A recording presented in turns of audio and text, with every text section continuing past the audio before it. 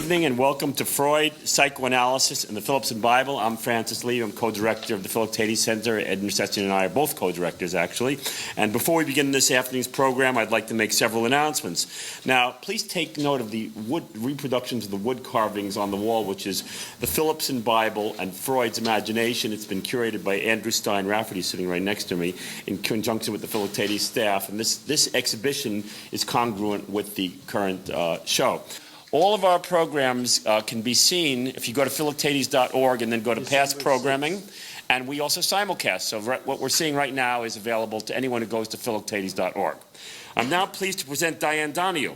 Diane Donahue is the chair of the Department of Visual and Critical Studies at Tufts University in affiliation with the School of the Museum of Fine Arts, Boston, and is a member of the Boston Psychoanalytic Society and Institute, where she has been a Silberger Scholar. She was the Fulbright Freud Scholar of Psychoanalysis and visiting Fulbright Professor at the Academy of Fine Arts in 2006, both in Vienna, and received the Course Prize from the American Psychoanalytic Association in 2002. Her most recent publications include articles in the Journal of the American Psychoanalytic Association, American Imago, and Visual Resources, and International Journal of Documentation. Dr. O'Donoghue will moderate this afternoon's panel and introduce our other distinguished guests. Thank you. Thank you very much, Francis. I would like to welcome all of you to the Roundtable and to say that this Roundtable occurs in a very rich season of roundtables here that touch on many fascinating and charged analytic topics. Mayhem, greed, rationality, and of course, sex. Last evening, colleagues gathered here to discuss group psychology in a program with the title is Freud Dead. So we are here this afternoon to also talk about Freud and psychoanalysis, but through a rather different lens, that of a mid-19th century German Hebrew Bible. Now, if indeed our topic feels, as Bennett Simon said, a bit like a platypus, just reflect on the fact that indeed in the Bible we have virtually every one of the topics of the previous roundtables, although there is no answer to the question, is Freud dead? The Philippson Bible was Freud's childhood Bible, a compendium that was compiled by a Reform rabbi, Ludwig Philippson, and his brother Phoebus, and the text bears their name. It had a profound legacy in Freud and, of course, in his constructions of psychoanalysis and his writings. But there are also a number of other issues that are brought about by this text that we will talk about today, too. One is the meaning and function of the Jewish Bible in the European tradition. Another are the sources and the significance of the hundreds, some of them here, illustrations that Philippson selected for the Bible, and the production of the work itself. It is a remarkable compendium which on any given page has both the German and Hebrew text, illustrations, and then in smaller type, dense, copious commentaries that are virtually encyclopedic in their content. Because the vastness of this topic actually touches on so many things that as I introduce my colleagues in a moment, you will see that a Bible can actually provoke some of the most interesting interdisciplinary responses. So that is part of what we're hoping to do today. Also, because we will deal with the very complicated and interesting notion of word-image relationship, we have, as Francis has already said, this wonderful accompanying exhibition.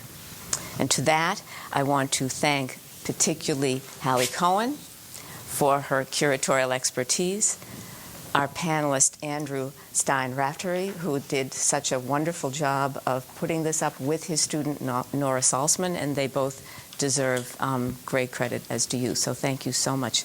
This will be up until late December. Freud recalls that the Bible, the source of his earliest experiences of reading with his father, was a very formative text. But not only were there these thematic references to the personalities and events of the Bible in Freud's work, culminating in Moses and Monotheism, written and published first in article form in 1937 at the very end of his life, just 2 years before his death. But also we see that much earlier there seemed to be very profound memories and effects of this Bible upon him. In the only dream from childhood in the interpretation of dreams is a dream in which Freud recalls dreaming something of a very unusual scene. Some of you may remember this. He says that he dreams of his mother with a peculiarly peaceful expression on her face, being carried into a room by 2 or 3 figures with human figures with birds' beaks. He goes on to recall that this reminded him of images of the Philippson Bible, and particularly an image of falcon-headed gods that derived from Egyptian funerary reliefs. This will be one of the interesting things that we will talk about here, is the presence that so often Philippson chose imagery of this type to illustrate the biblical text. So we will be dealing with that as time goes on. And thus it wasn't just the text then, but it's also these images that seem to be so profound. And recent persuasive scholarship has suggested that a number of these images seemed to return in Freud's later life as a collector of antiquities, and that a number of these images were amongst the over 2,000 that filled virtually every surface. And you recall the Engelmann photographs of Freud's office, of both his consulting room and library. So it almost feels then that not only did the Bible work within the writings of Freud's analytic constructions, but also worked on the spaces of psychoanalysis in its earliest manifestations as well, and that seems to be important to note.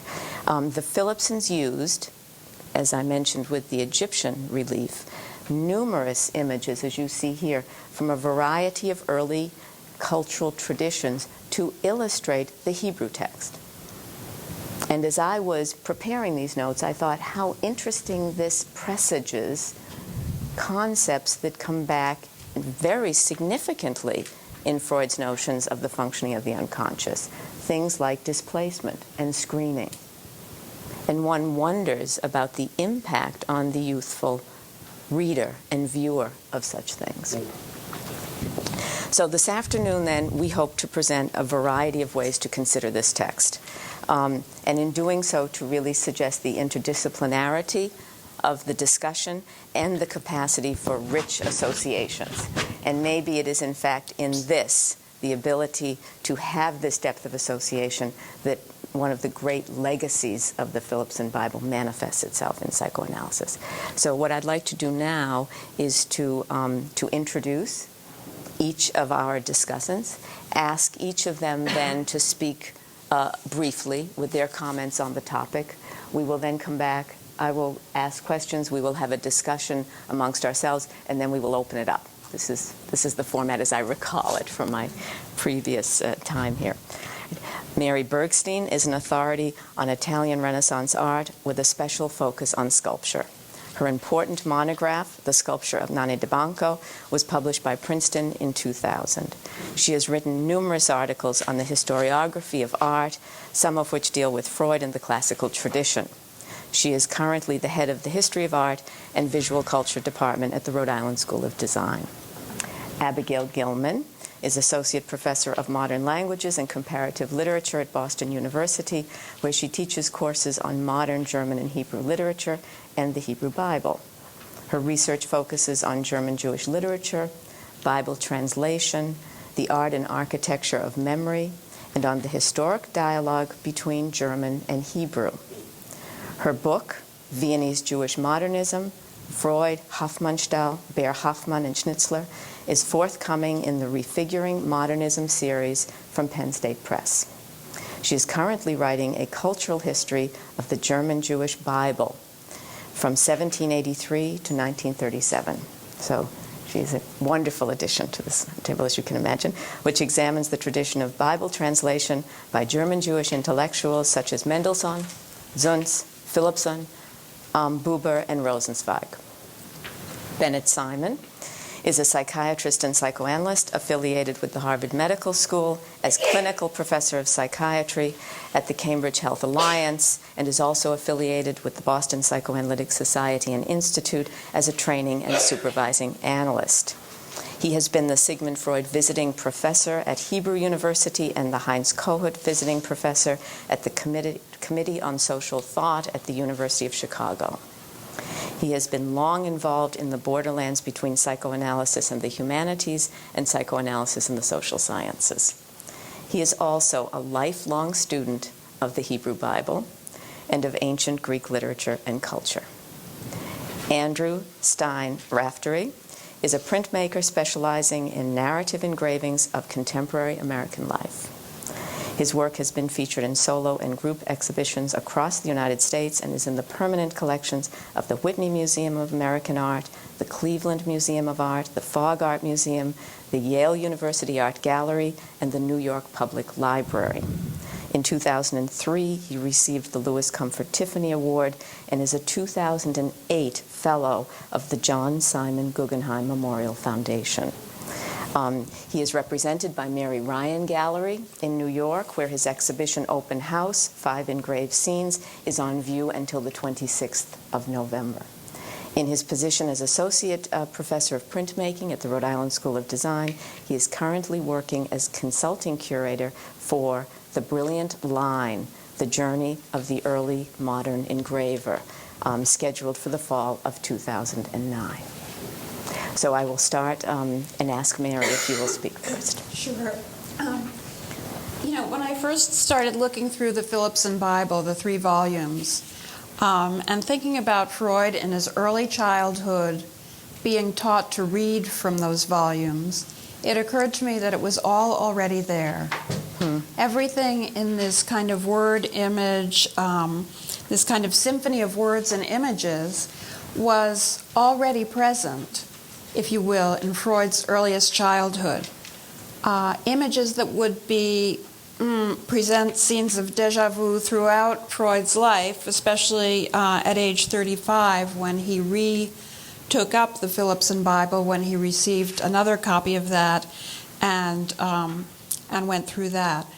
I think what's interesting is that in this Hebrew text, Hebrew-German text of the Jewish Bible, there are illustrations of works of art, monuments, and views from all different cultures. And all of these, including Egyptian antiquity, Greco-Roman antiquity, and late 18th century Romanticism, all of these are naturalized within the context of the Jewish world here.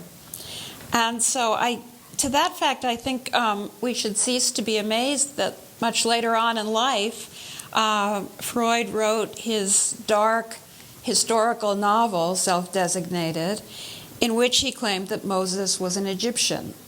It's all there in his early childhood. Nor should it surprise us, I think, that Freud searched for his own genealogy, his own Jewish genealogy, in the classical Mediterranean world and Egyptian world. Whether that was a fantasy or not, it was very much substantiated by these early childhood image-text relationships. And so I just like to say, point to one image to start out with, and it's on the wall over there if anybody's interested in turning around. It's from the Psalms of David, and that is a kind of pastiche that Andrew and I made on that particular panel.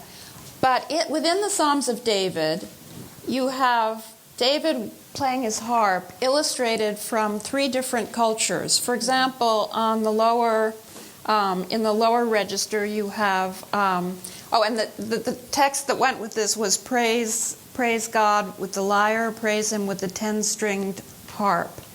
So in the lower register, you have, actually that harp has 11 strings. I've counted them, but I nevertheless, I think it is coordinated with that particular text. And that is from a Theban tomb in ancient Egyptian civilization. And the rendition of it that we see here was made by some French artists and designers on their journey to Egypt with Champollion in 1828. And when they came back with that huge historical volume, the Description de l'Égypte, and that is taken from the Description de l'Égypte.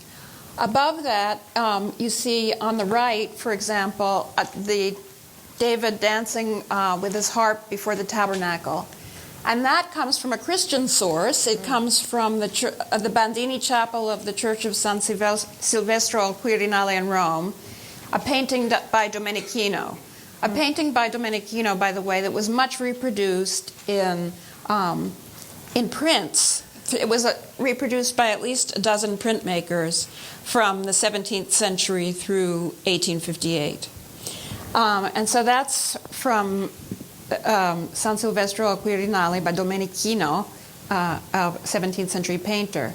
Up in the left-hand corner, then, you have the Greco-Roman equivalent of David, who is, of course, Apollo. He's not a nude Apollo.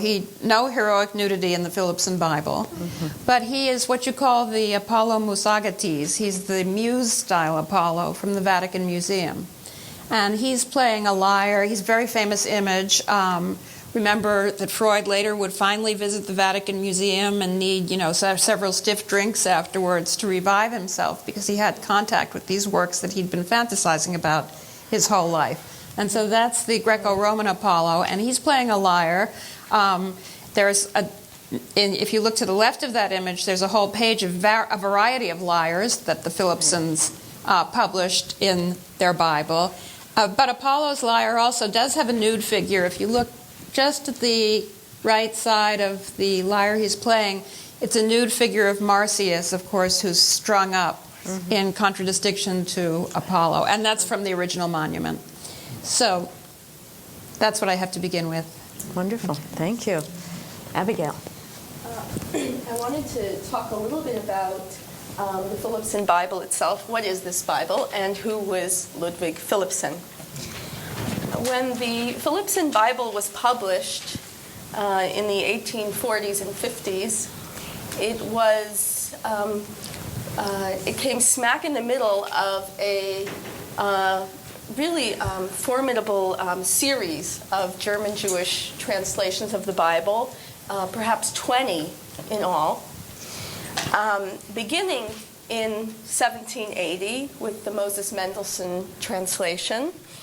That was the Bible of the Jewish Enlightenment, the Bible of the period when Jews were just beginning to enter mainstream culture. Through the 19th century, which was the century of emancipation, and even into the early 20th century, the period of Jewish Renaissance in Germany. And some of these Bibles indeed were then continued to be revised after World War II in Israel in the 50s and 60s. The German Jews produced more translations than any other European Jewish community. These were done by rabbis, philosophers, scholars, major figures in each generation. And I think when we think of a Bible translation, or when we would pick one up, we think of a translation mainly as a handmaiden to the original, or to compensate for a lack of knowledge or deficient knowledge of the Hebrew original. These Bibles had many agendas. The agenda, well, I'll list a couple. The first German Jewish Bible translation, one of the agendas was to wean the Jews, they weren't yet German Jews properly, they were Ashkenazic Jews, off of the Yiddish translations. Those were the translations that were available, the Jewish translations that were available. Mendelssohn thought that would be a good idea. He didn't want Jews to be looking to Yiddish translations. Another agenda was to preserve the correct Masoretic Hebrew text. in an age of biblical criticism, higher criticism, source criticism, and an age when Protestant scholars were emending the text. So some simply republishing the Hebrew, they use the word correct. The Masoretic text was itself an important priority. To inculcate knowledge of good German, and even as the German language evolved, it was very important that Jews know German well and have good German prose and be exposed to good German prose style, especially the children, because knowing good German would raise their cultural level. Other translators sought to make the Hebrew more accessible to German Jews who, by the early 19th century, had pretty much forgotten Hebrew, the assimilated Jews, and to bring out the poetic, the expressive nature of biblical Hebrew. And if we think of translations in our time, such as Everett Fox, the Schocken Bible, or Robert Alter's translation, this is a big priority also in our day. And finally, to provide a commentary that preserved the Jewish outlook on the text, the centuries and centuries of Jewish commentary, but also simultaneously kept up with biblical scholarship, the latest findings, archaeological findings, Christian scholars, so that would somehow interweave or bring together in a primarily Jewish outlook, but would still draw on modern scholarship, because Jews became modern scholars really for the first time in the late 18th and early 19th century. Now, who was Ludwig Philippson? His dates are 1811 to 1889. He belonged to the first generation of university-educated German Jews. But from a very early age, he became a preacher or a rabbi. A preacher was a new kind of rabbi. That meant that you preached in German in your synagogue. That meant there was probably an organ in the synagogue. But in any case, this was his calling, and he was a preacher in the synagogue in Magdeburg for over 30 years. On top of this, he was incredibly prolific. He edited a Jewish weekly newspaper, the Allgemeine Zeitung des Judentums, for 50 years, if you can imagine. When did he have time?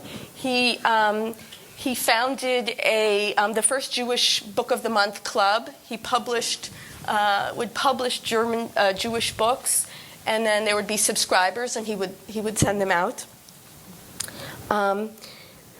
What was the mission of his paper? I think this tells us perhaps what we need to know about Philippson.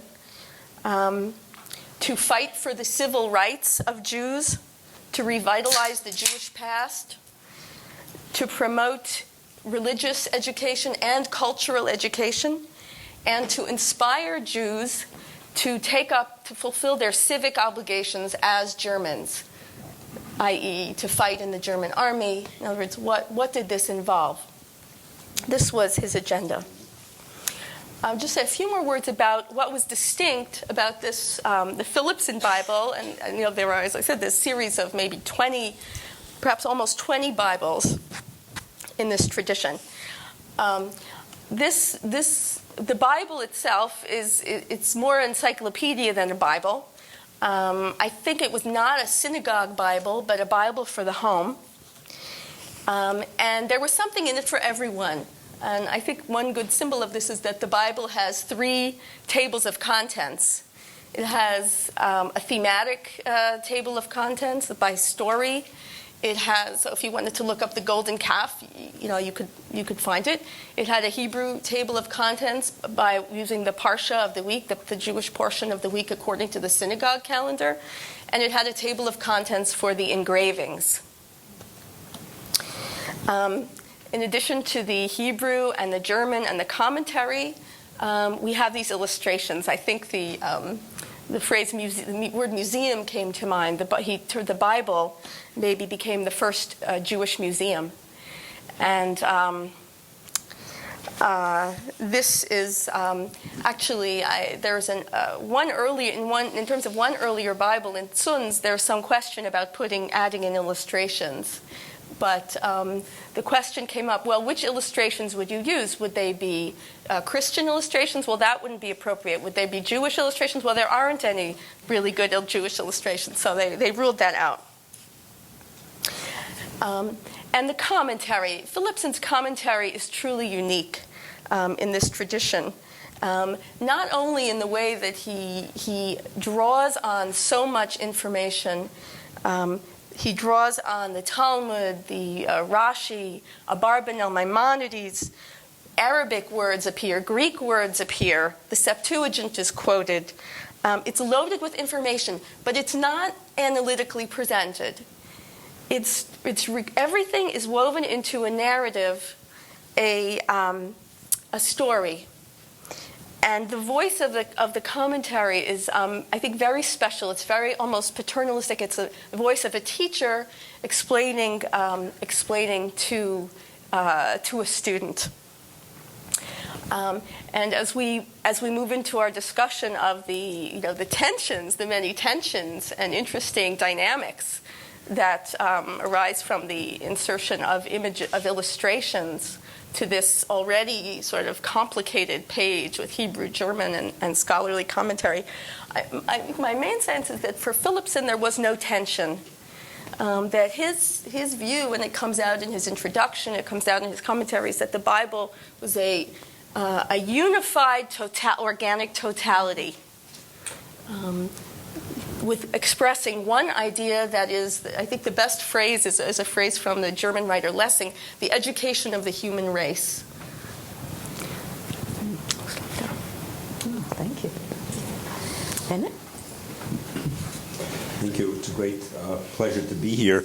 This building was my home psychoanalytic training on the floors below, and I spent 3 evenings a week for countless years as a candidate here, so it's quite an experience to be back, and I'm glad to see that it's been creatively expanded and transformed over the years and not static.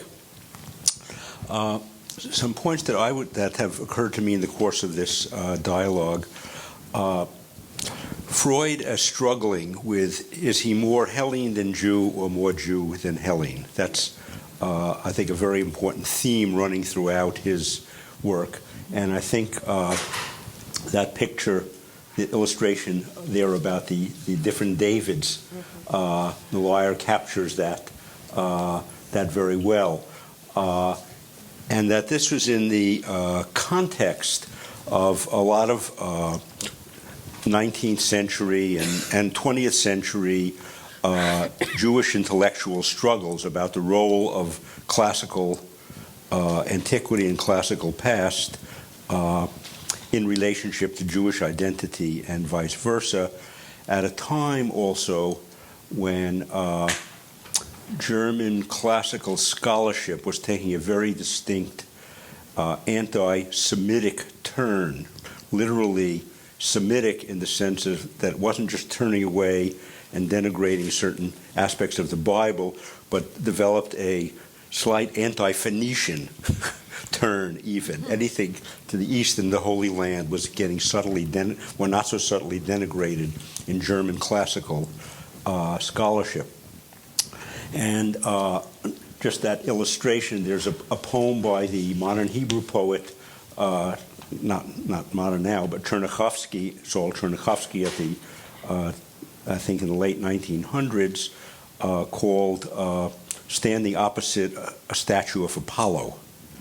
And he describes this Jewish man standing in front of Apollo and the dialogue between the Jewish man and the statue of Apollo. And it ends with a kind of denunciation of religious Jews. What have they done with Apollo? They've imprisoned him in the straps of the tefillin, the phylacteries, the prayer. So this is an ongoing issue, and Freud was certainly part of that. I resonate with that because of my own life. Starting at an early age, I went to Cheder, to Hebrew school, and got fascinated with Greek myths, and the two have coexisted and interpenetrated in ways that would take me years to unfold. And Freud's struggle was not just to find a heroic past for himself, but I think quite seriously to sort out what combination of virtues and characteristics becomes one's ego ideal set of standards and values. In terms of the Philippson Bible, to which I am a very recent newcomer, I'm a newcomer to the Philippson Bible, other than having heard about it, but it has opened up just many fascinating doors. And I think Abigail talked about how for Philippson there's really very little tension in other modern commentaries. For example, the Hertz Chumash on the 5 books of Moses, widely used in synagogues until quite recently, and still used, produced in Britain, in the UK, first at the early in the 20th century. There it's much more explicitly defensive about Jews versus the rest of the world, particularly Greek and Roman antiquity. The pages are replete with the Jewish laws about slavery are much better than the Greek and Roman, and that's a constant recurrent theme. And in the little bit I've seen of the Philippson, it's there, but in a much more muted form. Another aspect that has certainly struck me is the interpretation of dreams and the relationship to the Bible. I think Diane mentioned the Freud's dream of the about his mother's death, really, and the whole question, the translation of pictures into words. The formation of dreams involves, in some way, translating words into pictures. That is, thoughts and themes. The interpretation of dreams involves translating the pictures into words, and it's clear that a lot is lost in both translations. There's a lot that we don't understand.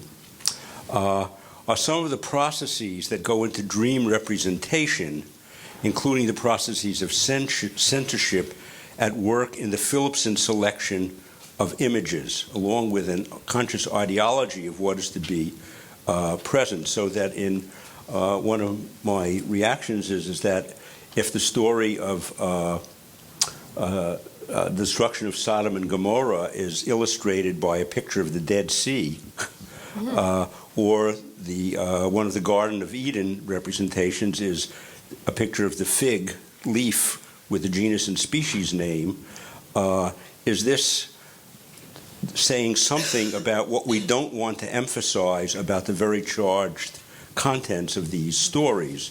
And in that sense, I think of Freud's dream of the botanical monograph, a dream in which he's seeing a botanical monograph that he wrote, and it has a specimen in it, and he's looking at it in genus and species, and it unfolds into a very long and somewhat seedy story underneath that. So some of these processes of muting down a terribly charged and affective story at work in the selection of photographs. Then another question that occurred to me in the course of this, in the vast literature that there is on Moses and monotheism, and I recently read a graduate student's paper on it, and it's quite a substantial body of knowledge, that I haven't seen anyone looking at the content of the Philippson commentary in relation to what Freud wrote in Moses and monotheism. It may or may not be relevant. And finally, in discussions with Abigail, where we both said a compromise to working on the Sabbath, to working on the Shabbat, coming here, is we might have some things to say about the portion of the week, the Torah portion of the week. Vayera, and God appeared to Abraham sitting at his tent. And this particular portion is, I can't think of one that is a more fraught section of the Bible. In a few chapters, it does Abraham being visited by the angels, announcing the birth of Isaac to a 100-year-old man and a 90-year-old woman, the destruction of Sodom and Gomorrah combined with Lot having to defend the angels visiting him by offering up his daughters to gang rape instead of letting the angels be gang raped by Sodom and Gomorrah. The destruction of Sodom and Gomorrah, Lot and his daughters holed up in a cave, and the daughters getting Lot drunk and copulating with him so they could reproduce. The birth of Ishmael, the expulsion of Hagar and Ishmael, the birth of Isaac, the sacrifice of Isaac. This is all in a couple of chapters. And the pictures that accompany this for the sacrifice of Isaac, it's ram, picture of ram, genus and species. And many other points just in this little bit that we tapped into of this commentary. It is a vast mind. Okay, thank you. Thank you. Andrew.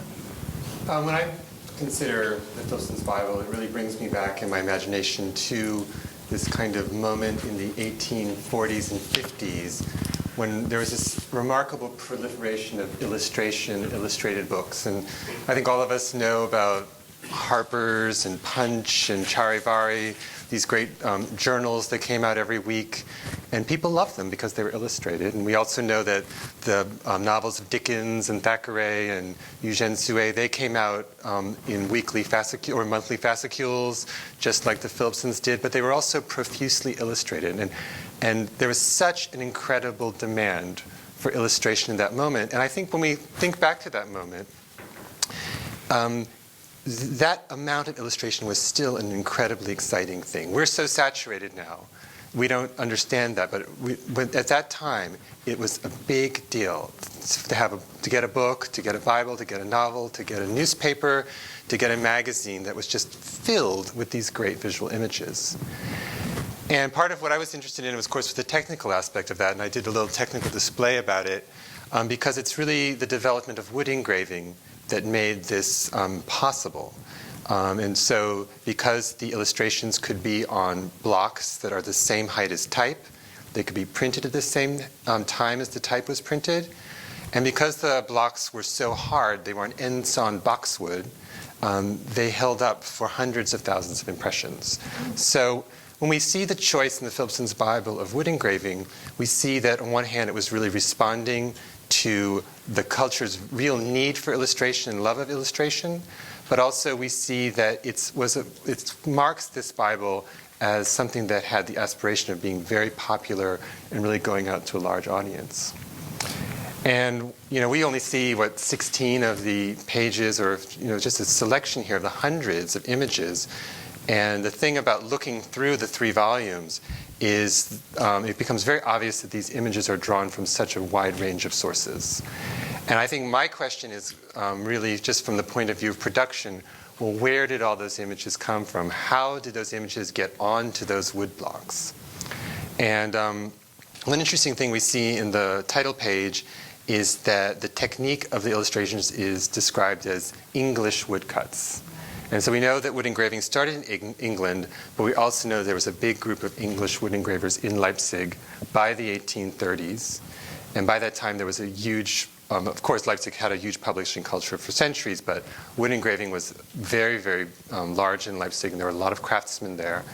And so I think Philippson had all these resources. And when I look at the images, I see that in some cases, we have images that were copied from etchings and lithographs, drawn onto the blocks and then carved. And then we also see images that were copied from other wood engravings that then were transferred to the blocks and recarved.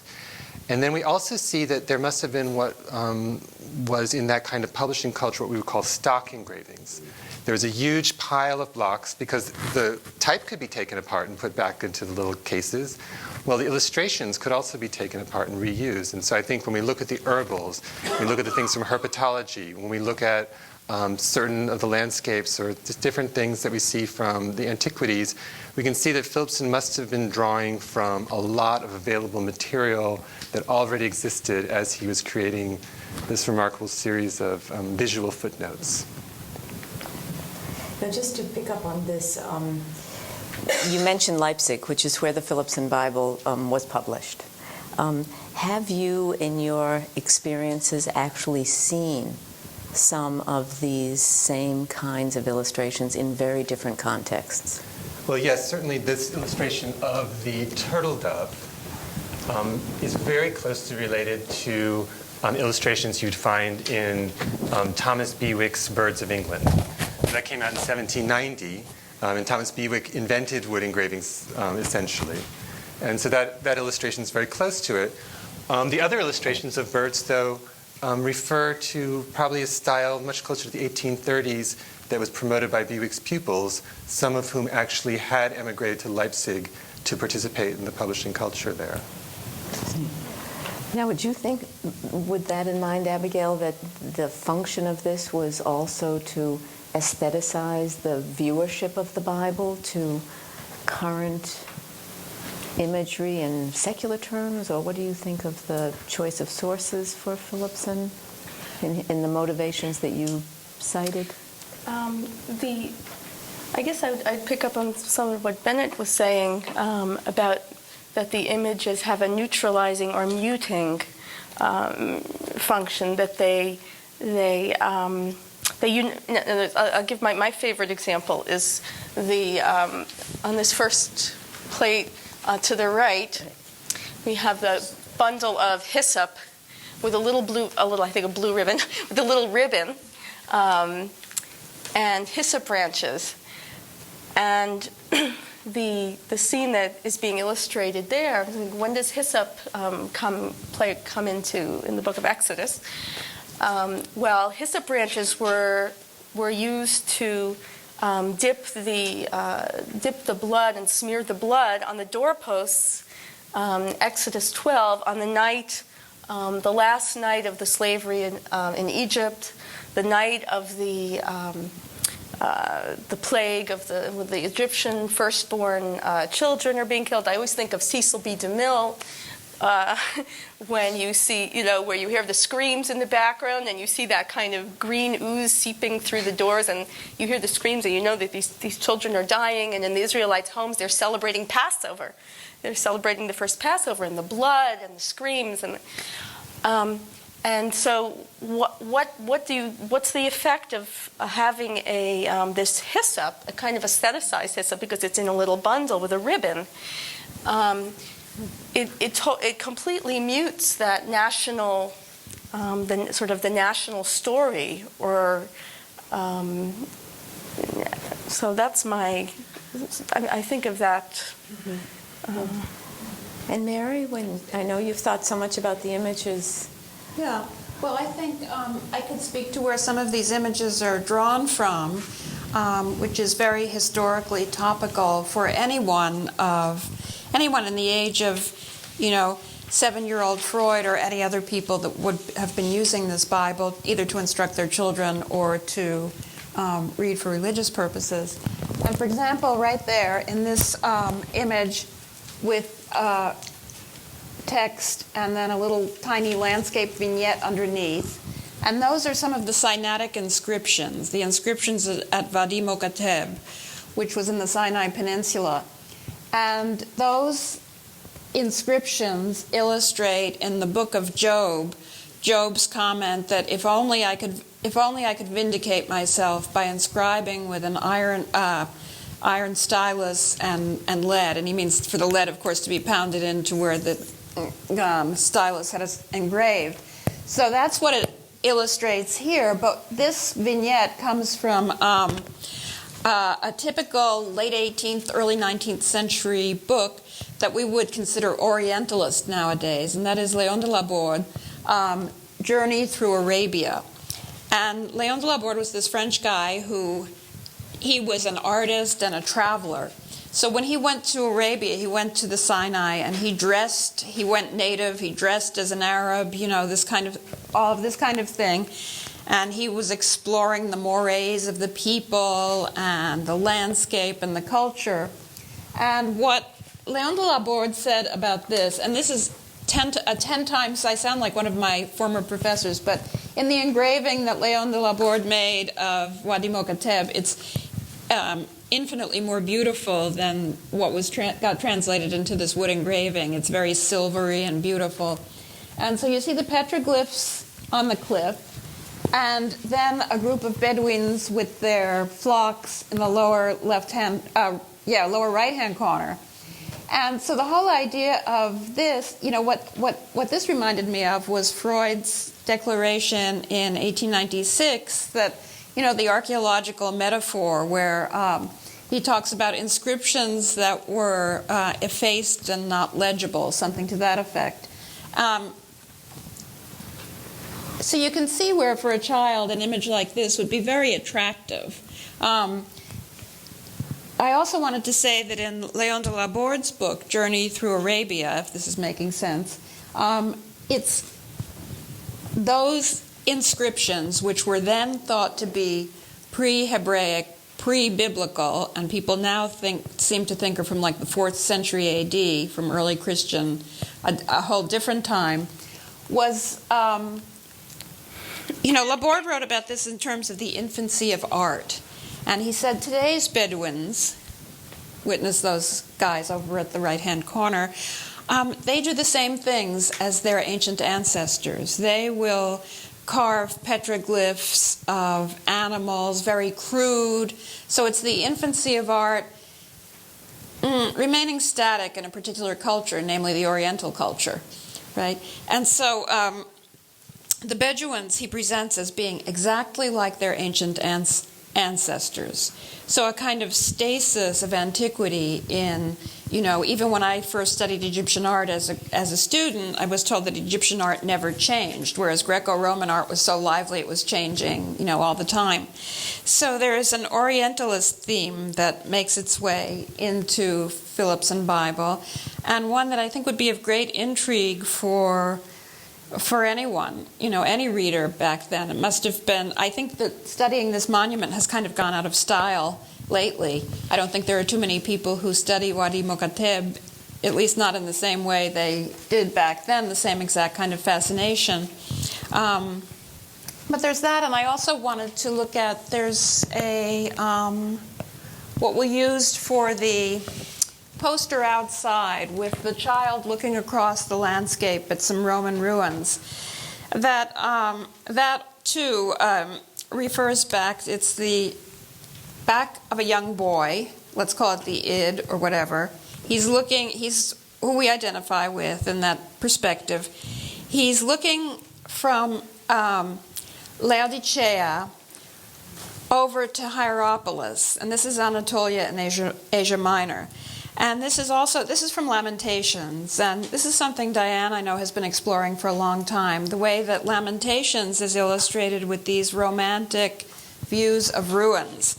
And so that particular image illustrates the Lord has laid waste without pity all the habitations of Jacob. He has razed in his anger fair Judah's strongholds.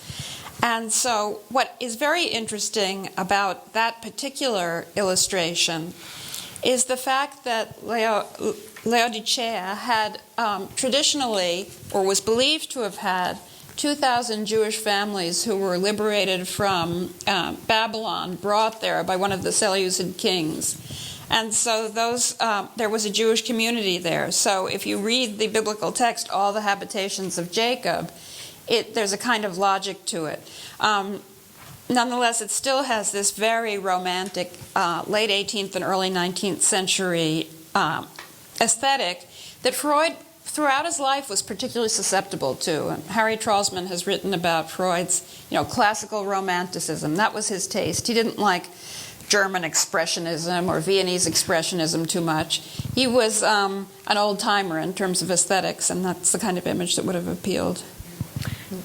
I'd just say that if the Jews adopted an Orientalist aesthetic or nostalgia for their Sephardic, as Ismar Shor says, and the myth of their Sephardic roots, Mm-hmm. We were originally Sephardic or Orientals, Yeah. that made them good Germans, because that's what also all Germans, German Romantic. It was a part of German Romanticism was Heine, and both in the time when Philippson, when the Bible was produced, and even also in Freud's time, Orientalism was also very popular. Exactly. Buber and all the Zionists were again picking up, for more out of a more political agenda, Right. emphasizing, discover your Oriental roots. Our European identities are decadent and finished, and so both sort of in both periods, Orientalism was very important.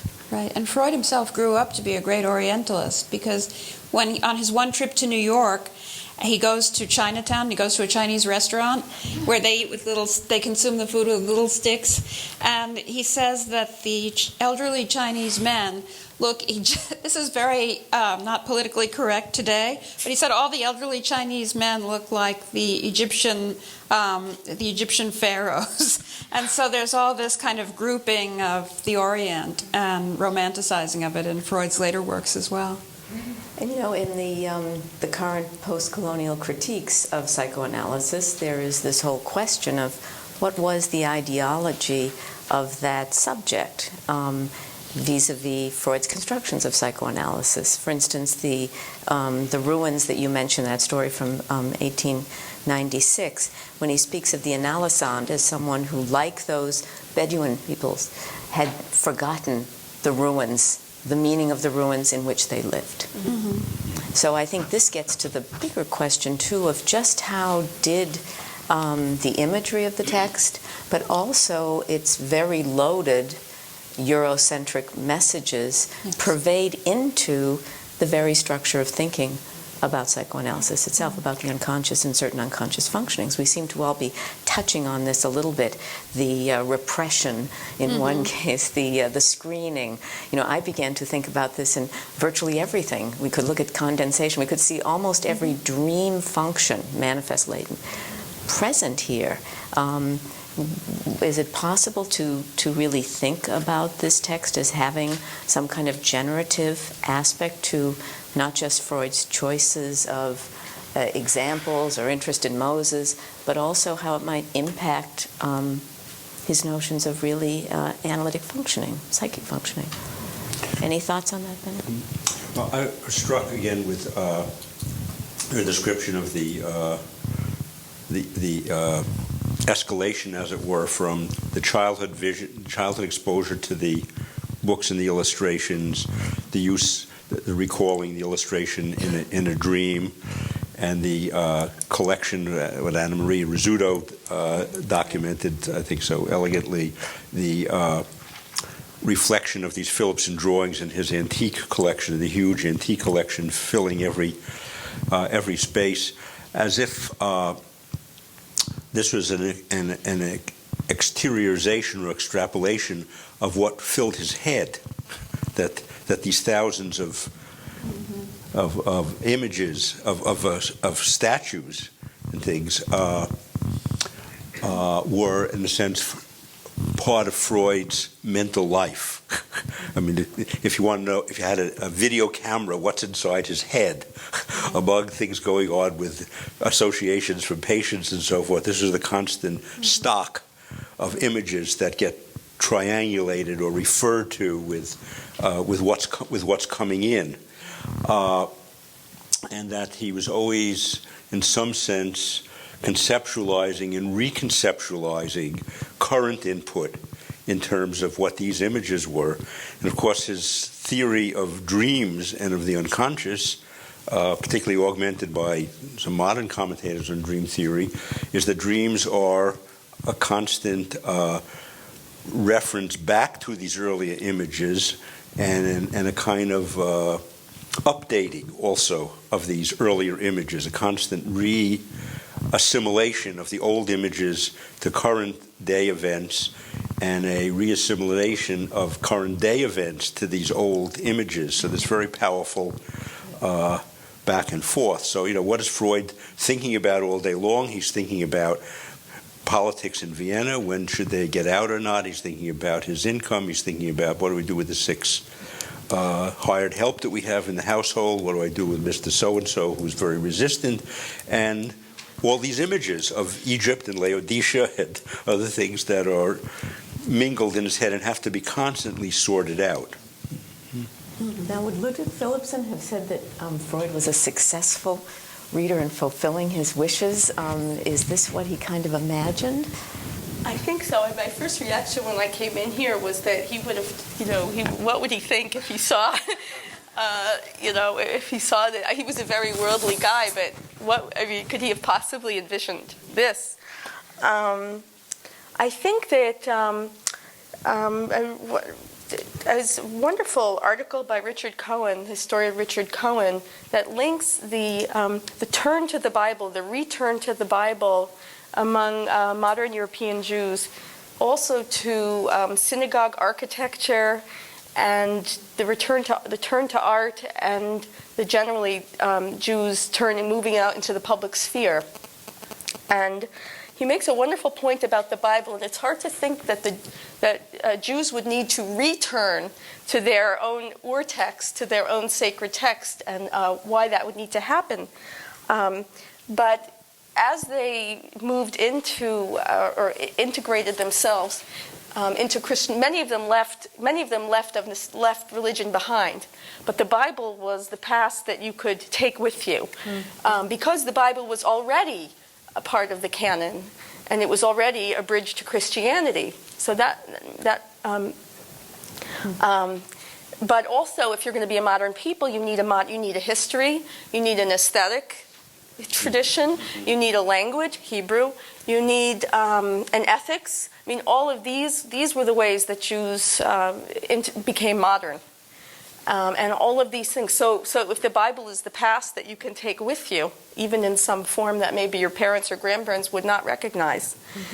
And of course, for Freud, the whole question is how do we take our pasts with us?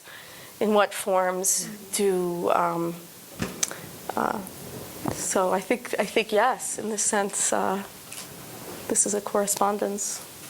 Am I getting the impression, and maybe I'm getting completely the wrong impression, that you are implying that somehow the illustrations in the Bible and Freud's reading of the Bible with his father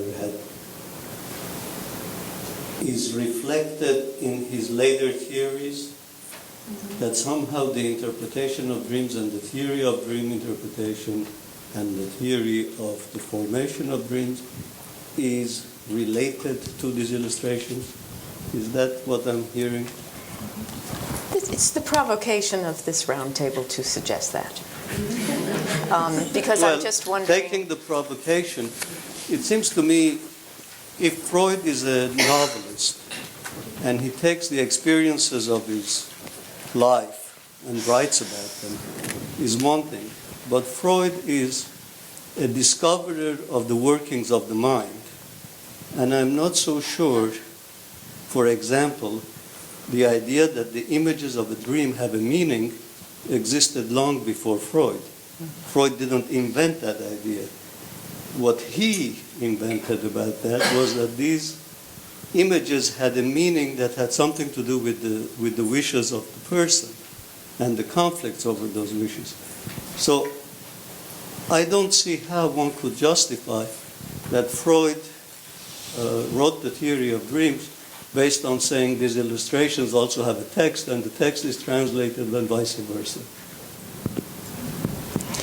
Well, I think that while we're speculating and being provocative or anti-provocative, that my guess would be that part of his formulation of the idea that what's in dreams represent wishes and represent archaic childhood materials that are the person's life, part of that may have been stimulated by his awareness, say, of the grip that these images had on him. Mm-hmm. That this is something he, in a sense, lived with at some level. I don't know how much conscious, how much unconscious, but that the power of these images propelled him to some sort of coming to terms with why. Wherein is their power? What about it? And that something about these images being pregnant, being multivalent also. That is, that they carry some. I was looking at that image of that's a Persian man, a Shah over there. He's the Shah, the reigning Shah of Persia the reigning Shah. Philippson. I mean, that's a very evocative image. There's a lot in it. It's regal, it's decorated, it's sort of sexual, it's homoerotic, it's orientalist. That something about the multivalence of dream symbols also may have been connected with it. Could he have discovered this formulation having been brought up on a totally different Bible or on Grimm's fairy tales alone or something? We'll never know. But I think something in the grip of these images may have been a stimulus to ongoing struggles with this and ongoing struggles to make sense of it. Yeah. That would be my form of the connection. Yeah, I think it's situated there maybe for us is, what is the power of dealing with the concept of the visual for Freud? Whether it's the visual as remembered in the dream, whether it's the visual as he uses these very vivid metaphors, especially in the early years, in the 90s, 1890s, to construct images of both the analytic process but also of the structures of the unconscious. He seems to turn so frequently to this rather vivid store of culturally based images. And I think from just my own working in the interpretation of dreams, you really see him thinking about how to imagine a visual image which is both powerful and yet manifest. So it always is the screen of something else. And that's a very interesting concept, not completely innovative to him at that, but still the way in which that is constructed by him, so that the visual is always in that way deferred, and that there is always that which is concealed under it, which has evocations of the archaeological metaphor, obviously the structuring of the unconscious that goes back to the scientific project, more physiological based, but it seems to reside in the tension around what to do with the image. What does the image mean? What is imagery within psychic functioning? And it would seem almost impossible to imagine that he didn't in some way reference not just the power of these images, but the continuation of these images. For instance, in the archaeological metaphor, it occurred exactly at the time that the Viennese were excavating Ephesus. And there was just all of this proliferation of imagery of these excavations, the new science of archaeology, with site photography and engineering, and you could see the layers. And so it feels like... and I think that this is something that those of us who are trained as visual cultural historians really think about in this interface. So I understand that we have to be careful not to rush to the fact that you can find the entire genesis of the Freudian structures of the unconscious in the Philippson Bible. Yeah. But it would be interesting to think what would have been other ways that it might have been, what other texts might have informed things if there hadn't been the Philippson Bible. I don't think any of us would think that if there weren't the Philippson Bible, we wouldn't have certain fundamental issues of psychoanalysis as we know it. But it is an interesting thing to think about the visual piece of where this visuality exists. I think though the Philippson's Bible is such a symptom of that proliferation of images in that culture. Mm-hmm. And when I think about another artist, some quite younger than Freud, but certainly alive during his time, was Max Ernst. Yes. And how he actually turned to this immense bank of 19th century wood engravings to do those collages that then explore the unconscious in a certain way and really sort of illustrate how surrealism relates to that idea. Right. I think I think a more general point certainly can be made about a time when there was just so many more images that may have been available to people 20 years before Freud's formative years or 100 years before Freud's formative years. But I think Ed's question raises the point of, though, where does the dynamic engine come from? The engine for saying this is not a static process, but this is ongoing, and that this is boiling up from below and has transformations and has, where does all of that schema come from? And that's a more complicated question. But I was just thinking also that the archaeological quest in the 19th century is associated with a quest for, let's really get at the origins of man and the origins of ideas and let's get back to the earliest. What's earlier than this and what's underneath that, and the archaeological fantasy is we're really getting back, and there must be some disappointment that those inscriptions turn out to be 4th century CE and not 4,000 or 4 billion BCE. Yeah, I just wanted to pick up on Bennett's idea, in response to Ed's question about Freud's visual imaginary. I just want to back up some of the things Bennett was saying, that Freud's visual imaginary, even as a 7-year-old, let's say, was very fully stocked. It was very rich. And if only we could see Freud's imaginary, but we can't see anybody's imaginary. So it has to be speculative, and that's part of the beauty of it, I think. But, for example, speaking of dreams, there was Freud's Psychoanalysis of Leonardo da Vinci.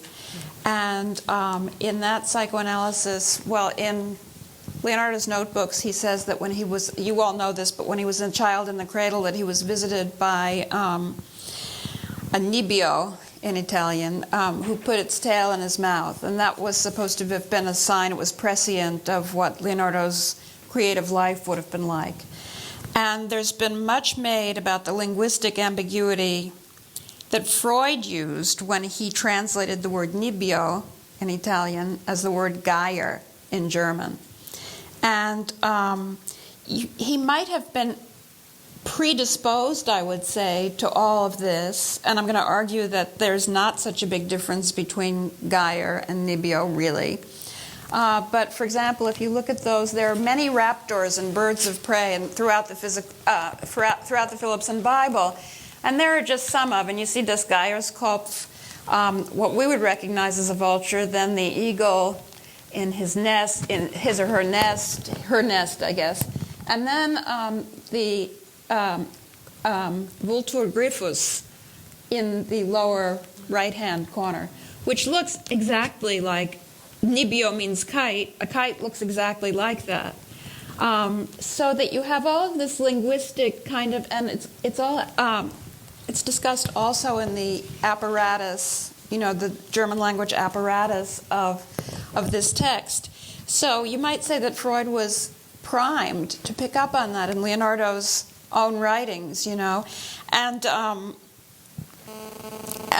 the hieroglyph for mother, Mut, in Egyptian, which Freud was also very interested in hieroglyphs and read all sorts of books on hieroglyphs and wanted to be able to interpret hieroglyphs. And there's always this kind of longing for interpretation, interpret. And so in the dictionary of hieroglyphs that Freud used at the time, Mut, which sounds like mother, obviously in German, is identified as Vultur gryphus, which is exactly that kite that's with the very broad wingspan. And the kite is a bird, is a type of a... It's a type of raptor. Right. And it's a kind of raptor that was in Europe, okay? Because the Andean condor, for example, also looks very much like a kite, but that's in the New World. In any case, you have this kind of, this linguistic and pictorial ambiguity already establishing itself in the pages of the Philippson. So consciously or not, in early childhood, Freud already had contact with this kind of, with these kind of images, these raptors, these different birds of prey. And I find it also very interesting that, okay, so he uses the word Geier. He wasn't the first to do that in interpreting Leonardo's notebooks. but also he, what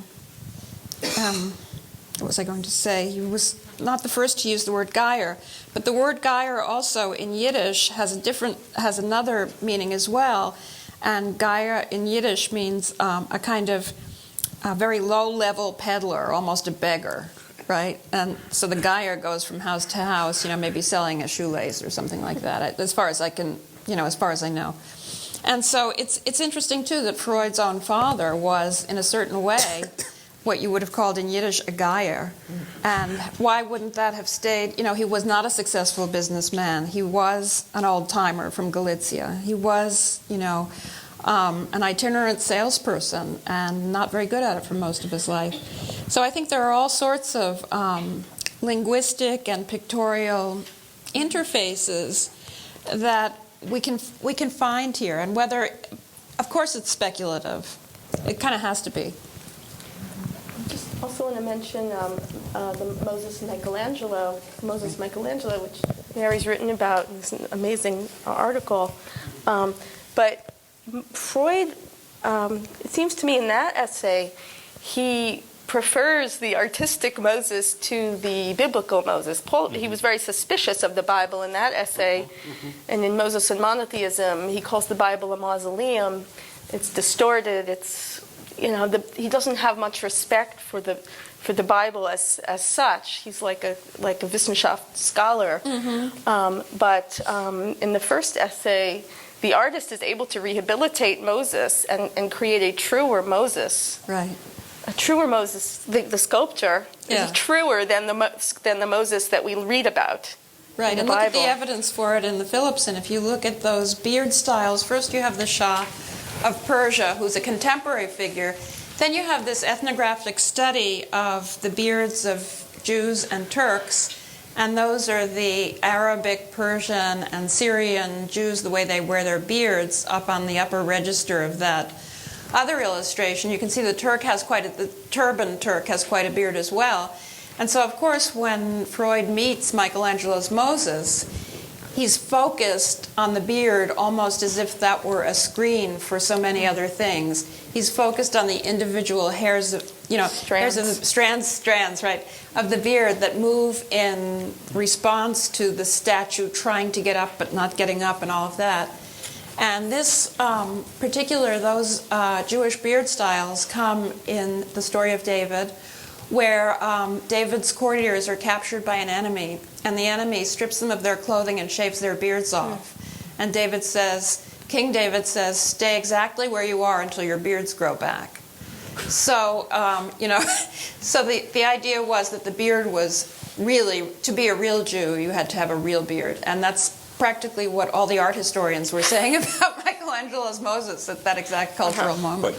But to be a real cultured, German-speaking, Viennese, Jewish founder of psychoanalysis, you had to have a very neat beard. Yeah, exactly. That had to be trimmed every day. You didn't want to have an East European That's right. beard that was all scraggly and had noodles caught in it. Right, and you had to go to the barber and be shaved on the day of your father's funeral when you were supposed to have closed his eyes, and you get delayed at the barber shop. So what is the barber shop in that case? But it's modern life, and also going to have his beard shaved on his father's funeral would be a very disrespectful thing to do in Judaism. Just a question to throw out and to it. What about the suspension of disbelief in reading the text and seeing these screened images, which were taken from completely different, albeit early, cultural contexts to illustrate the Hebrew text and the Jewish historical story? Is there any disjunction that begins there, or do you think that it's just easy to move into reading, for instance, of a funeral scene in the Book of Kings, and then looking at the Egyptian funerary reliefs? And I'm wondering, not to get too speculative here, but what does that work on in terms of, and what was Philippson's intentions in thinking about that? Did he imagine that would be an easy slippage that could could be integrated very easily, or, I always thought some of this too was the prohibition against the creation of the imagery in the Jewish sacred text, so there wasn't an image base, as you say, to draw from. But I'm just curious about that operation that one would go through in that relationship, because it isn't the illustration like the Christian Bible tradition, is it? I think you have to, I think in an age of Wissenschaft, this was the age of Wissenschaft, which means science, but also scholarship, Wissenschaft des Judentums,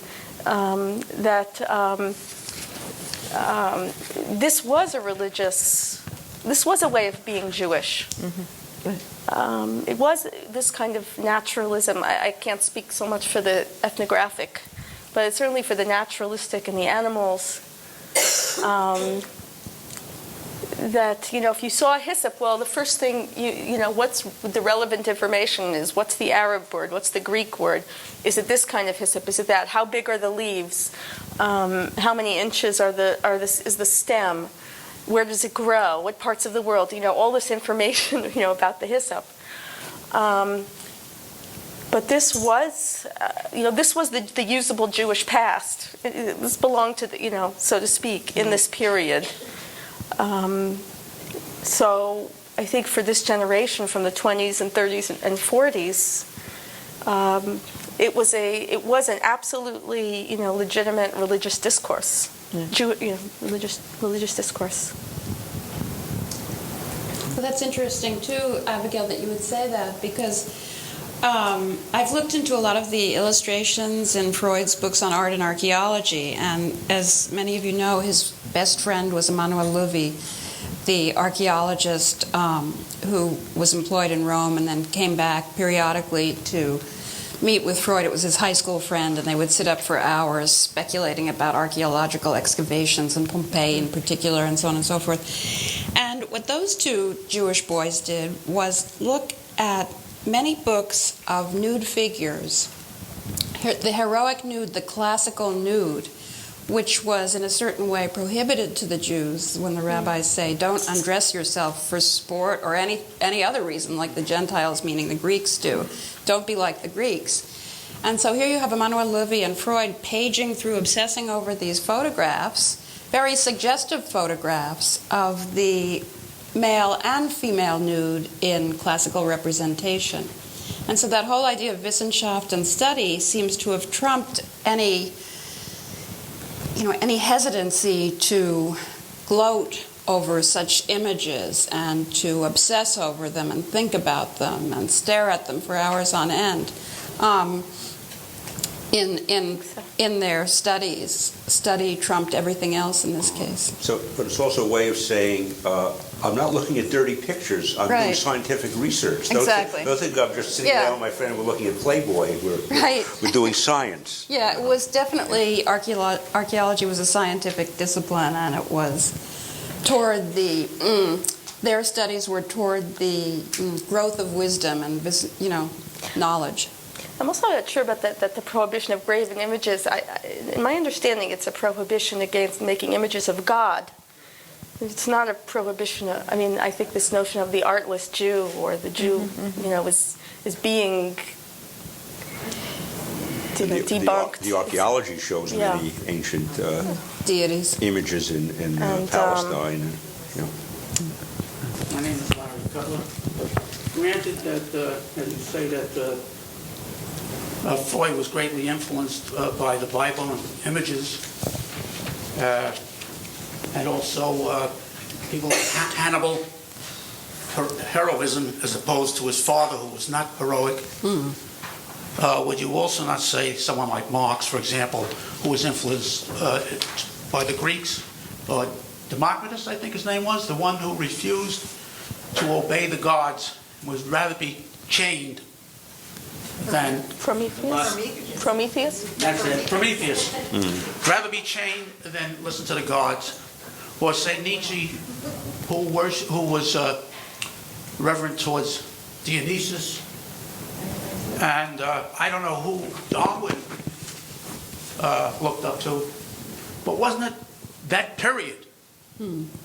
Not just that Freud was Freud, but that period which caused the great minds to be influenced by that period. So that one could almost say now that in this period that maybe people are influenced by Freud and Marx, believe it or not, or whoever, that they, and that Freud's great accomplishments was not just that, but his great scientific accomplishments. Same with Marx, same with Nietzsche, with existentialism, if you want to call it that, whatever happened to him afterwards. And that it was the period and what was going on in that period that brought about such events and people. The search for the heroic model. Yeah. And it was certainly the heyday of, as Diane has pointed out in some of her writings, it was the heyday of archaeological excavation. The Austrians were in Ephesus, uncovering things. All of these things were new, relatively new, including the Theban paintings from the Franco-Tuscan campaign, with people like Rossellini making drawings of these and reproducing them. This was all relatively new at the time. This was Freud as, again, in early childhood. This is before Schliemann ever excavated Troy or went to Troy, which was something that excited Freud greatly in his adolescent years. But this is even before that he's in contact with these images of the ancient world. You'll forgive me for being somewhat contrarian. I must say I don't understand this tremendous emphasis on the Philippson Bible in the life of Freud. You made the comment earlier, the first comment you made was that at the age of 35 he took it up again. He did not take it up at 35. At 35 his father rebound the Bible that he had given him at his bar mitzvah and gave it back to him. We have no knowledge that he went back to it again. There's no written literature on that to my knowledge. We also don't know what children's books he read at that time. There is no library available. God knows how many books there were in that house and how many illustrated children's books and books that a child would look at.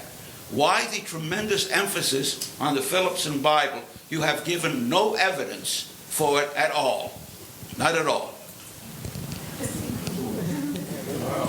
That's a challenge. All right. I'd like to sort of... Before you go on, let's see if there's any response to that. Their response. I guess I'll start. This is like the David Frost show. I think that there are a couple of things, and I'd just be curious for your thoughts on this. Certainly the only dream in childhood being that in the interpretation of dreams, which explicitly he associates in his footnotes to the Philippson Bible. So that seems like, since in the interpretation of dreams, it was significant that he cites the Bible and his experience of reading the Bible with his father, that we don't, although we do know that he won an award in school, but later, which was a group of illustrated fairy tales. But we have actually from a person who so meticulously, it seems, in his letters and in his own footnotes, documents much of his own experiences as a visual consumer. In his letters to Martha and various things, that it would seem an odd omission that if we had this kind of wealth of other visual sources, that we don't have some record of that.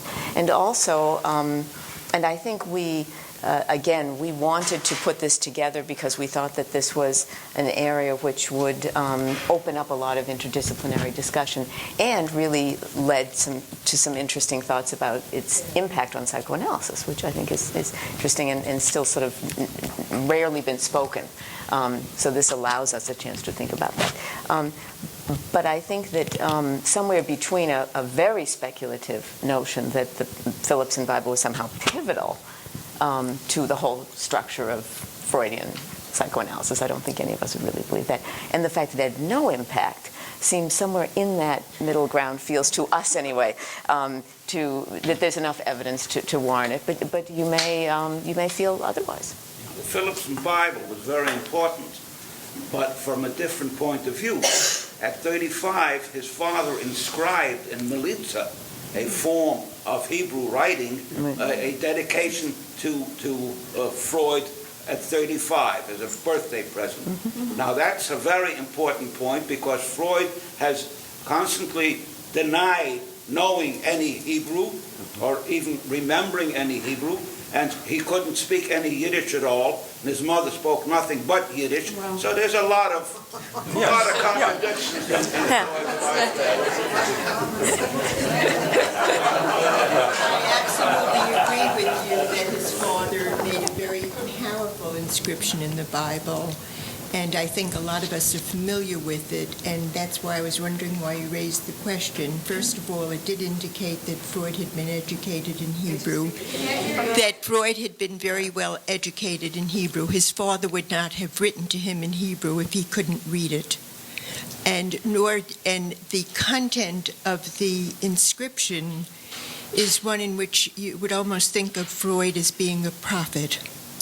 It's a very telling sense of Freud's Hebrew identification and possibly religious beliefs. His father's, not Freud. Yes, it is his father's, but his father would not have written it to him in Hebrew if Freud could. They had common languages, and you yourself said that his mother spoke Yiddish and Freud denied it, and that Freud had been educated in Hebrew, had been to Haida, and he didn't forget it. He didn't forget anything else in his life. Would you like to say? Could you come up to the microphone, please? Yes. I want to take issue with Abigail regarding the graven image. And I would support the idea that in Freud's house, this was not the Bible, because in an Orthodox house, you don't have a Bible with illustrations. You just don't. I grew up in our house the same. All Bibles did not have illustrations. You had maybe a book of Rembrandt's pictures on the Bible, but not in the book itself.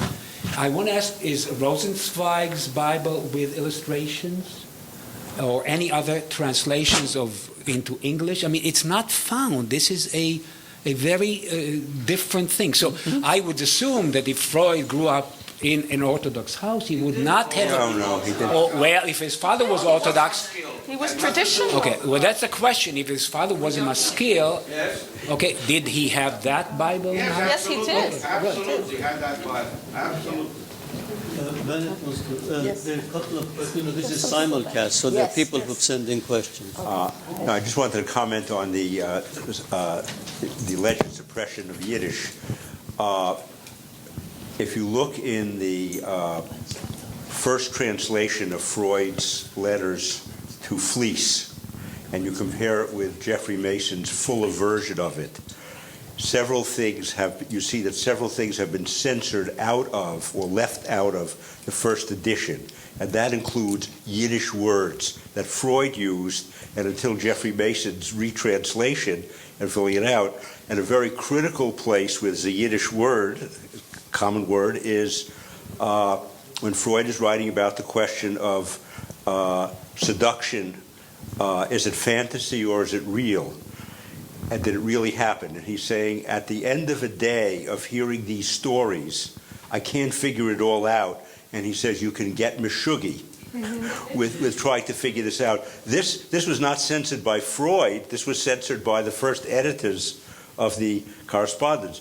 So, and the joke book presumes at least a very rough understanding of the Yiddish that's going to be in certain Yiddish jokes. So I don't think he may not have had an active speaking knowledge of it, but I certainly think he had somewhere a passive recognition, hearing knowledge. But that's a whole question of what for Freud, and there's a minor cottage industry about that question of what in Freud has been repressed about knowing, or what in fact he really didn't know. And I don't think we have enough information to answer that. Can I question for a moment? Yerushalmi counted 13 Yiddish words in the entire Uv. of Freud. Yerushalmi categorically states that there were 13 Yiddish words. Now, I know many non-Jews that know a lot more than 13 Yiddish words. I mean, there are comics all over the TV that half of their jokes are in Yiddish. Well, my name is Ellen Handler-Spitz. I wanted to just say that I found this completely fascinating. It seems to me there are possibly two issues. One is the way that Freud, the whole conversation about the impact on his thinking of visuality and visual images, which seems to be one conversation, and another conversation has to do with the actual impact of the Hebrew Bible on Freud and on his thinking and on his theorizing. And I think those are very different, and I think it's important not to conflate them. And I have two questions, one relating to one of those topics and one relating to the other topic. On the question of Freud's theorizing, it seems to me clear that Freud turned to ancient Greece, and he used Sophocles' play, Oedipus Tyrannus, as the story of his theory. This is the conflict between the father and the son, and the boy's desire to be with the mother. Had he turned to Genesis, to the Hebrew Bible, I think what he would have found is a lot of conflicts on the same generational level. He would have found sibling conflicts, not father-son conflicts. He would have found Cain and Abel. He would have found Jacob and Esau. He would have found, in fact, Joseph and his brethren. In the first conflict between the brothers, we have a murder, a real murder. The second time around, it's not a murder, and by the third time, we have actual forgiveness. And I think he would have perhaps, if he had turned to the Hebrew Bible, really turned to it for his theory, we might have had a completely different psychoanalysis, a completely different theory. So I think we have to remember that turning to the Hebrew Bible, this is one question perhaps. Another point is the point about the visuality, and there, I think that's fascinating because I think that he made diagrams and he was very, very visual in his thinking, as everyone in this wonderful panel has said. But my question, which really I find so fascinating, is why was it, if you think about fin de siècle Vienna, there's hardly been a time in the history of Western civilization which was not more exciting visually. Think of the artists, Gustav Klimt, Egon Schiele. I mean, it was an amazing time of foment in the visual arts, but Freud ignored it completely. He paid no attention to that whatsoever. So those of you who are arguing for his very visual sensibility, my question is, why could he ignore that? Thank you very much. Because they weren't those pictures. Those were the real pictures, never mind this Klimt stuff. But Klimt, too, for example, turned to the Description de l'Egypte for his paintings in the Kunsthistorisches Institut. And so the sources were common in a certain way. But then again, here we're in 1858, too. We're in 1858, and the Leipzig publishers, the Philippsons, were probably culling images from books that were written probably in the end of the 18th, early 19th century. So those would have been, in this context, I agree that it's fascinating as to why Freud didn't get more interested in the kind of fin de siècle art and the secession and all of that kind of thing, which could have been very intriguing for him and was sometimes known as the Jewish art, the decadent Jewish art of Vienna. And full of sexuality and aggression. Yeah. But Ellen, thank you for your wonderful questions. It's wonderful to see you. I'm wondering if it's a little bit of both here, too, that in fact, for Freud, the power of these early images, and not to overdetermine that, did seem to create a course of his collecting, of the choices that he used for visual imagery when discussing functioning of the unconscious. Some of this, I think, too, perhaps as our colleague Richard Armstrong has talked about, is the impact of the gymnasium education system, which was so powerful and so informing. And I think that what's very interesting about your questions is that, yes, in some ways, in the formation of these narratives, he absolutely eschewed the biblical narratives. And I'm just wondering if it's more in the concepts of the ways in which the visual image itself presents itself, for instance, in manifest notions of dreams, rather than in explanations of issues around repressed sexuality or the sexual intrapsychic structures. So I think these are fascinating questions, and I think they do kind of intersect, and certainly that's always been a puzzle to all of us, that Vienna was living around him, and he was sitting, and one could say, within a page of the Philippson Bible on his desk. So and opera, too. He didn't have anything to do with opera. Yeah, and opera, too. Yes, can we have... On the question of influences, just been...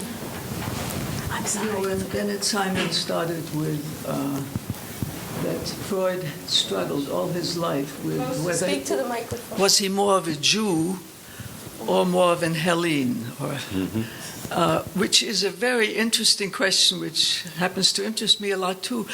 But to what extent is there in that very formulation, I mean, the Hellenistic stuff, he studied Greek in gymnasium, but the kind of associations which we have with that kind of culture, which sometimes has been talked about, Athens versus Jerusalem, the emphasis on sexuality and so on. I mean, there is quite a tradition of that in Jewish tradition and Hasidism, certainly. And I wonder, to what extent the question gets formulated as Greek versus Hebrew, rather than, or does that conflict with the acknowledgement, let's say, of the Hasidic influences? And, the ideas which certainly come, I mean, to someone who has grown up with some acquaintance with the Bible from a Jewish point of view, when one comes to read Freud, I know that was my experience, it didn't seem so strange at all. And not because I knew Greek, but because, one part of my family came from a Hasidic background, and after all, Freud's parents were Eastern European Jews. So how do these things combine? Yeah. Is one a denial or, of the other? I'm just curious It's a wonderful question, because I think we're also dealing with, to put it, say, am I more Greek or more Hellene, more Greek or more Jewish, what the fantasy is of what's Greek and what's Jewish. And in the 19th century, 20th century Freud, there are several ambient fantasies as to what Greek is. There's Nietzsche's Greek, which is very visceral and sexual and aggressive versus something rational. There's the Winckelmann art that is so spiritual that neglects the Greek real sensuality. And there are different versions of what it is to be Jewish. I think if you look again in the joke book, in Freud's joke book, you find a lot of visceral Jewish reactions in there, not necessarily Hasidic. My favorite one is the two Galiciana Jews from Galicia, a very poor area, are talking, and one says to the other, "Have you taken a bath lately?" And the other says, "Why is there one missing?" And somehow survived translation. And so that's there also in Freud. It doesn't get into his theorizing so much as it does get into his joke book and to the material of it. Matthew Arnold also, and Freud was a bit of an Anglophile, made the distinction between the spontaneity of the Hellenic spontaneity of consciousness and the Hebraic as the strictness conscience. Yeah, that was so that, and I'm sure Freud was very aware of Matthew Arnold. Yeah, so there are many fantasies as to what these two represent. Yeah. You wanted to, right? Oh. Hi. Yeah, you were next. Yeah.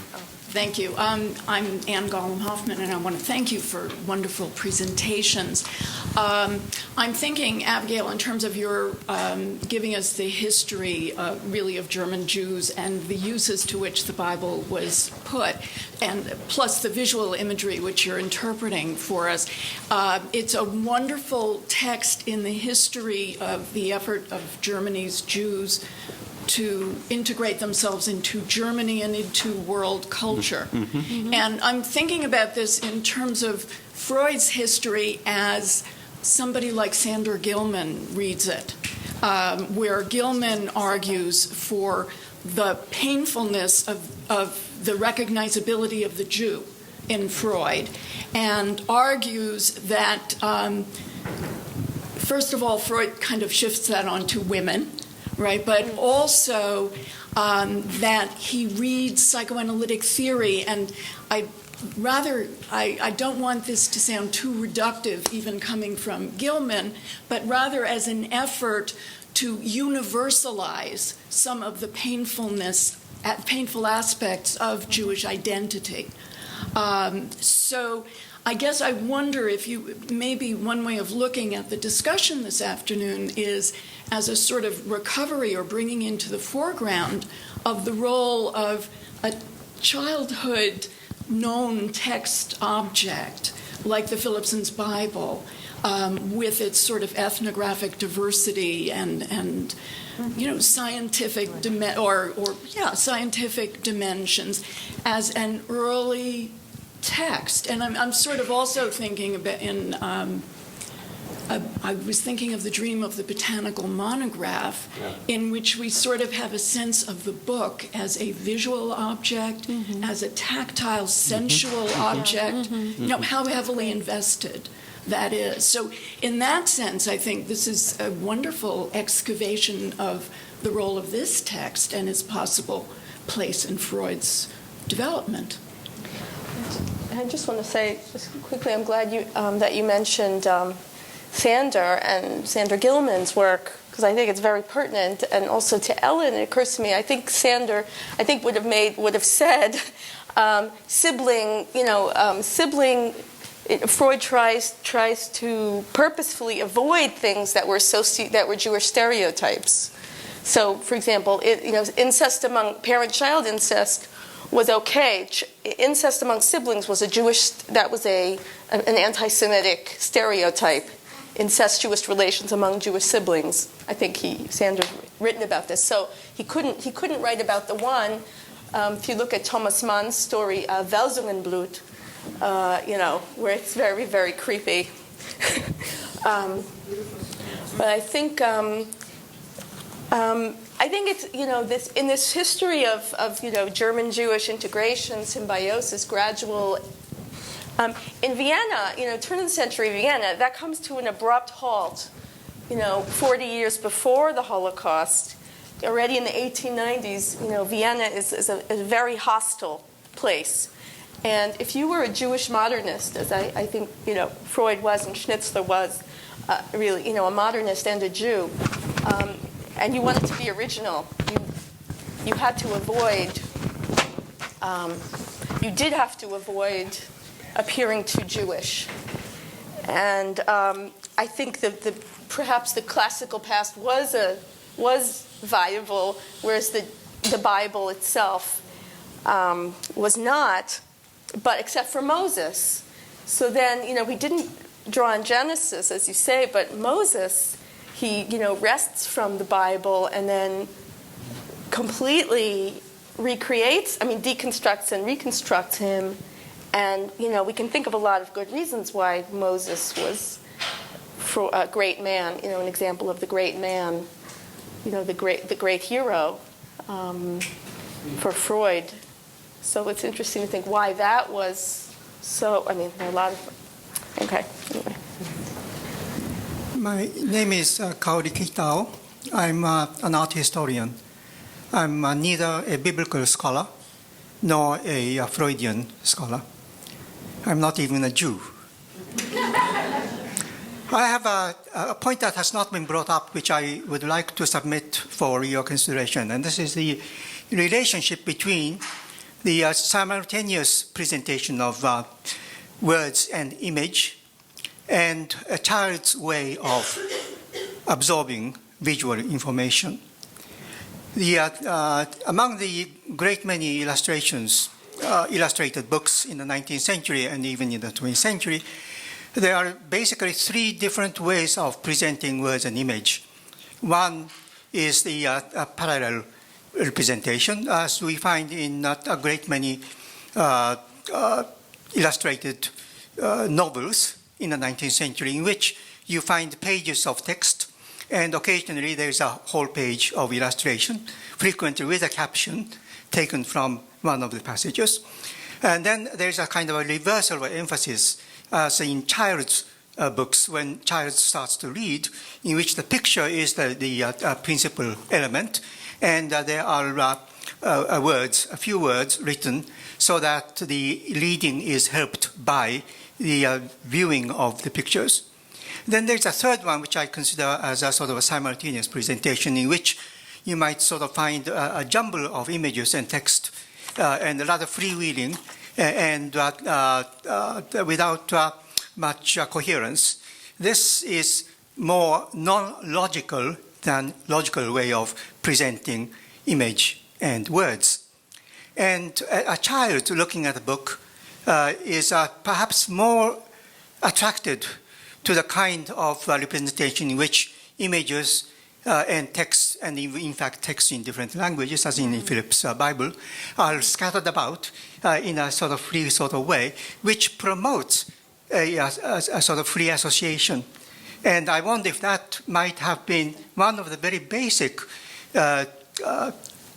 process of learning that Freud absorbed as a child from the Philip's Bible. And I think one indication of this, I suggest, is the uncatalogued jumble of objects that he collected, without labels and without, they were sort of very much like the illustrations in Philip's Bible. Mm-hmm. And I want to ask you to discuss this. Well, the thing that struck me so much in looking at the Bible is that I had never seen a book like it at all. It's not really like an encyclopedia where there's the entry and the illustration, and it's certainly not like any of the other categories of illustrated books that you mentioned. To me it was fascinating that the illustrations had become part of the apparatus of the book. They had become visual footnotes. And I can't think of another book that I know of that uses that so extensively. And it's as the group, and several times we went to the library at Harvard to look at it, and it really did provoke so much conversation and free association as we came across the different categories of images, and we're very surprised to see, for instance, we made collages in some of these things, but the eagle head and the vulture, the horse's head and the vulture are on the same page. And so there are all these amazing juxtapositions that happen within there that are so fertile, I think, in provoking the imagination. Mm-hmm. And it really does make this an outstanding book of the 19th century, even though we're not going to say that it has the artistic quality, let's say, that Menzel's Frederick the Great had, or certain other books of the time that are so famous because of the artists who designed them. It's really, I think, the sum of the whole and the whole potential for interpretation that comes in this book. Yes, I wanted to, exactly, because I thought we could, one of them leads in to this. And I think that your question, Kari, also comes back to the same reiteration, is, what might be the impact of that experience of viewership on ways of meaning-making later, as he pondered visuality as it occurred in dreams or other phenomena. So Joshua Platt, this is someone who has emailed in. Yes, people watching. Asks, does the concept of sublimation, we've talked about many other pieces of psychic apparatus today, continue to have any currency for the participants? I don't know if he's asking if this is a terminology, and maybe we should turn to the psychoanalyst amongst us, that the use of this concept of sublimation is this something that we still think about analytically? I'm not sure how we tie this into the Philippson, but are there ways to think about the workings of a classical notion of Freudian sublimation vis-a-vis the Bible? Yes and no. It's a very complicated. I know, Joshua. I wish you were here. We have this is a big question. Well, I guess my guess is what he's asking is if these images generated certain emotions and reactions in him that were of an infantile sexual nature, in order for them later to be used in any way, there has to be some amount of sublimation that is distancing from the more basic instinctual forces. So, I mean, these images, say for Freud or other people in that generation who use this Bible, represent a way station on transforming, childhood sexual feelings and bodily feelings and sibling rivalries and aggressive, translating them into, more sublimated modes, into artistic or creative modes, so that a person makes a theory instead of just beating up a sibling, makes a theory about sibling rivalry. I would say that in general, the creation of these pictures by all the different sources they came from already in one kind of way of looking at psychoanalytic thinking, and in only one kind of way, represents a rendering of bodily experiences, aggressive impulses, and so forth, into a visual mode that can be shared by others. That sublimation also represents the idea of something communal, that you move it from your idiosyncratic to something communal. And the other question is very interesting, from Donald Weigel, and it gets to something that I think maybe Abigail could answer. He asks if Freud had any similar experience with the I Ching and its art as Jung had, which I don't think he did, but it does open the question of wherein lies the East, because it is there seems to be the Orient and then the much further East, so that when we think about the impact of the quote-unquote Orientalist, there's definitely a very specific area that he chose to look at. All I can say is that Kafka and Brecht and a lot of people were very interested in China and saw deep identifications between Jews and Chinese, and that the East for them was extended to China. But I don't know in Freud's case. Right. Ellen. I just want to suggest this comment. I thought this And you've written on illustrated children's books, so you know. The art historian's comment was just wonderful, because it's a brilliant way of answering your question about why the Philippson Bible could be important, because this comment suggests that the viewer has to be an extremely active viewer. It's not a passive thing. When you have an illustration of a text, it's very passive. You just look at the picture. This picture illustrates this text. Very simple way. But in this case, you have all these things going on, and the child's mind is stimulated to take a very active role. And that's, I think, the very important comment.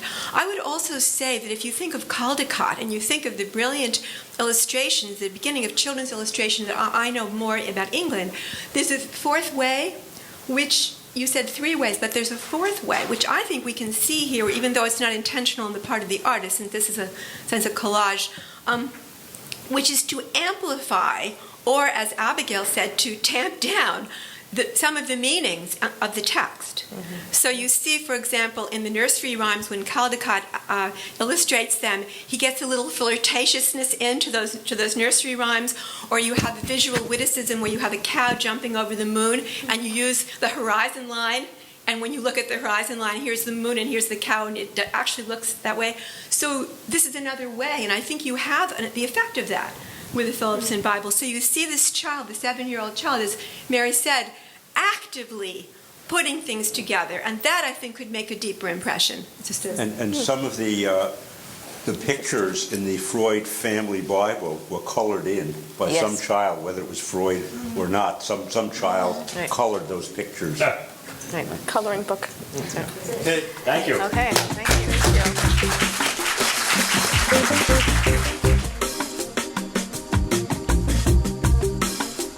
Further information about our programs and a complete archive of past Philipptades events is available at philipptades.org.